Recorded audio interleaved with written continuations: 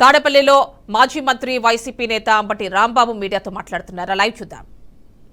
కృష్ణా జిల్లాని ముంచేసి గుంటూరు జిల్లాని ముంచేసి ఇంత పెద్ద విధ్వంసానికి వైఎస్ఆర్ కాంగ్రెస్ పార్టీ పూనుకుందనేటువంటి మాట ఎట్లా వచ్చింది ఆయన నోరు? నాకు చంద్రబాబు నాయుడు నేను తెలియక అడుగుతాను.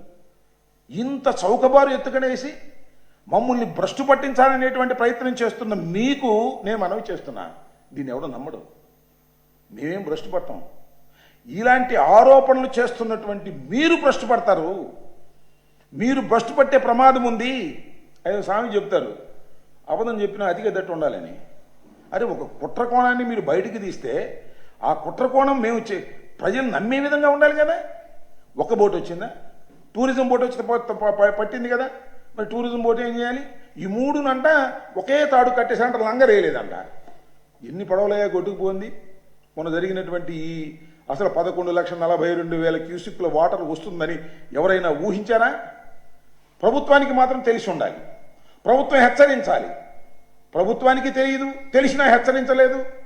ఈ పోట్లు కొట్టుకొచ్చి దానికి పడి ఆ కౌంటర్ మ్యాన్ అయ్యో ఆ కౌంటర్ ఉన్న పోలేదో దెబ్బతింటే దాన్ని జగన్మోహన్ రెడ్డి గారి పార్టీ మీద రుద్దేసి కొంతమందిని అరెస్ట్ చేసేసి లోపల పెట్టేస్తే ఒక పని అయిపోతుంది అనేటువంటి ఉద్దేశం